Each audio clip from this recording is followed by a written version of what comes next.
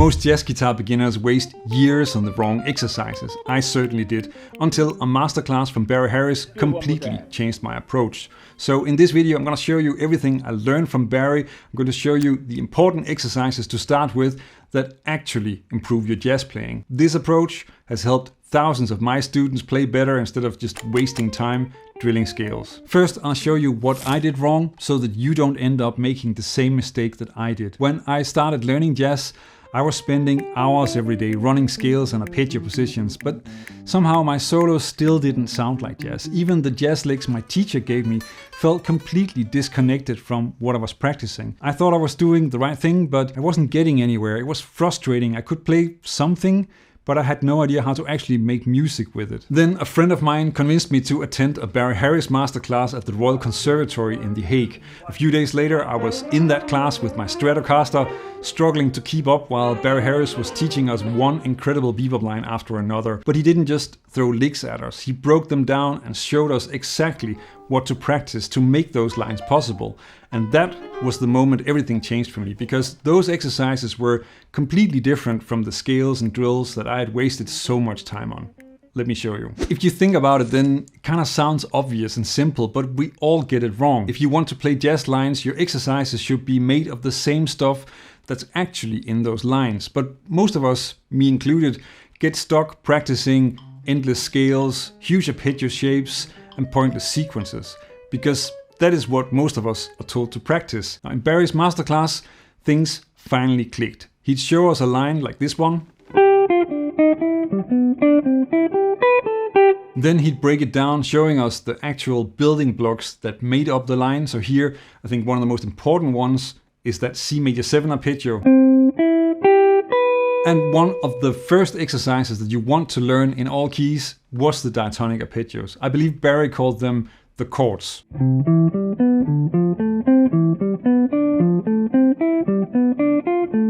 But if you're new to practicing structures and scales like this, which I was, then he also gave us two other exercises that help you gradually level up to this one, because arpeggios are really just stacked thirds. So first, play the scale in thirds.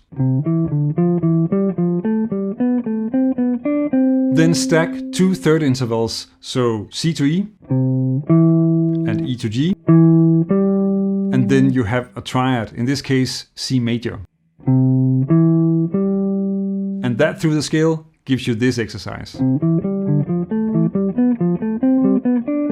If you first play the thirds and then the triads, then the seventh chords get a lot easier. But he didn't only show us exercises that were sort of in the scale. A big part of the jazz sound is of course also creating tension with chromatic notes or half steps. So Barry had us practice thirds again, but this time adding sort of a sneaky chromatic note before each one.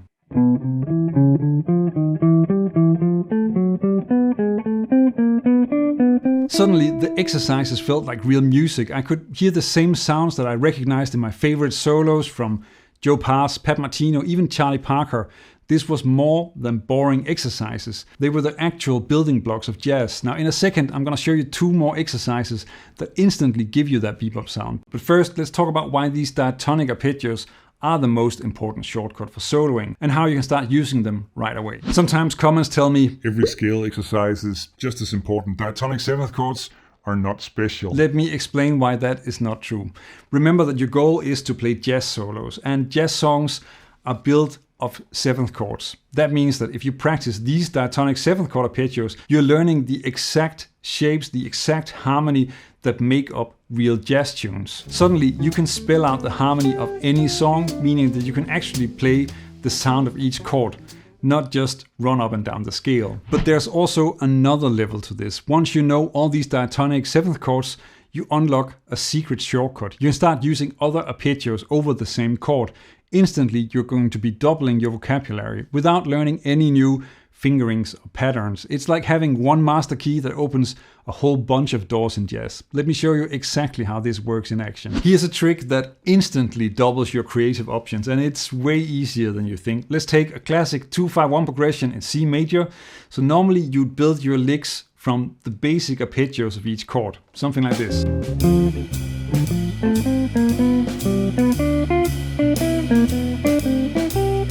As you can see, then the lines are built around the notes of each chord. The arpeggio is in there. So on the D minor 7, you have a D minor 7 arpeggio. On the G7, there's a G7 arpeggio. And of course, there's also a C major 7 arpeggio over the C major 7 chord. But here's the secret trick. You can use the arpeggio from the third as well. So for D minor 7, now the third is F, so you can use an F major 7 arpeggio. For G7, third is B, so you can use a B half diminished or B minor 7 flat 5 arpeggio. And of course, for C major 7, the third is E, and you can use an E minor 7 arpeggio. You'll notice that the notes overlap a lot, but you get a beautiful extra color, the ninth, which makes your lines sound richer and more jazzy. And because you've already practiced all your diatonic arpeggios, you don't have to learn anything new, just use what you already know. Try creating licks for 2-5-1 using F major 7 over the 2 chord, the D minor 7, B half diminished over G7, and E minor 7 over the C major 7. Something like this.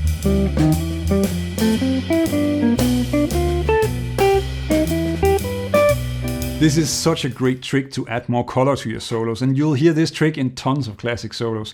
But the exercises you work on should not only be about the notes, you also want to improve your rhythm and your phrasing. But how do you do that? This was the exercise that made it all click for me. Certain rhythms are just everywhere in jazz solos, and once you spot them, you can't unhear them. Now I'm sure you recognize this phrase. It's from the beginning of Wes Montgomery's solo on Satin Doll. What's cool is that Wes is using the same arpeggio from the third trick here, so it's an F major 7 arpeggio over a D minor 7 chord. But what really makes it sound like jazz isn't just the notes, it's the rhythm. He plays it as an 8th note triplet with a leading note before the first note. If you listen to jazz giants like Wes or George Benson, you'll hear these triplet arpeggios everywhere, so it makes a lot of sense to take this through the scale. When Barry Harris showed us this exercise in his masterclass, it was like a light bulb moment for me. Suddenly, I was practicing rhythms and phrases that I actually wanted to use in solos, not just running scales up and down. Here's that exercise, adding rhythm to the arpeggios.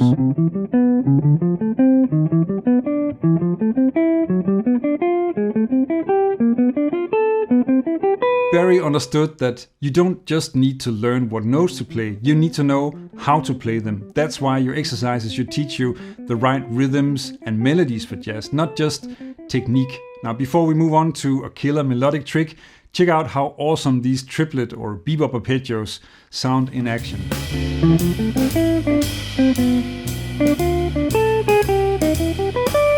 You can use this triplet rhythm with both major 7 and minor 7 chords, and it instantly levels up your lines. Jazz isn't just about streams of 8 notes, it's about melody, phrasing and rhythm. Ready for the next trick? This Barry Harris concept will make your solo lines sound a lot better. This concept was a total game changer for me. You might have seen octave displacement taught as a fancy scale exercise, but honestly, those often just lead to awkward exercises that don't sound like jazz, they almost don't sound like music. So Barry Harris cuts right to the heart of what makes bebop lines sing. Let me show you what I mean. Here's a typical way to play a 7th chord arpeggio. Now what happens is that you resolve the tension that's created by that fast ascending arpeggio melody by moving down a descending step, so. And here the melody changes direction once, so first you move up and then down. But in jazz, we kind of want to have more twists and turns in our lines while still keeping sort of that flowing feel to them. So here's the trick. You can move the root, so the first note, up an octave. Now since this is an arpeggio, it still makes sense as a melody, but we have a lot more movement. Barry called this a pivot arpeggio. It's like taking a melodic shortcut. Suddenly your lines have more bounce and surprise, but they still flow and fit perfectly. You can hear this in action in a Grant Green lick, which is originally in F, but I've transposed it to C major for this video.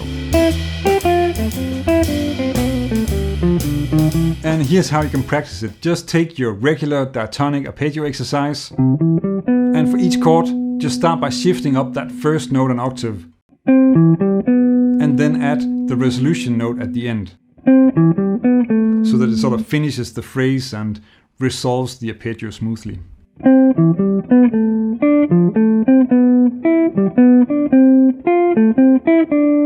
Barry Harris' approach makes your exercises much more practical. You're not just improving your technique and fretboard knowledge, you're also leveling up your phrasing and rhythm, which is really what makes your playing sound like jazz. But there is another piece of the puzzle: chords. Most people get stuck practicing endless inversions and shapes and they never actually use them. Instead, you can take a much faster and easier approach, just like Joe Pass did. And that's exactly what I cover in this next video. It will help you finally connect chords to real music so that you're not just stuck with grips, but actually making music from chord symbols. Check it out, learn jazz, make music.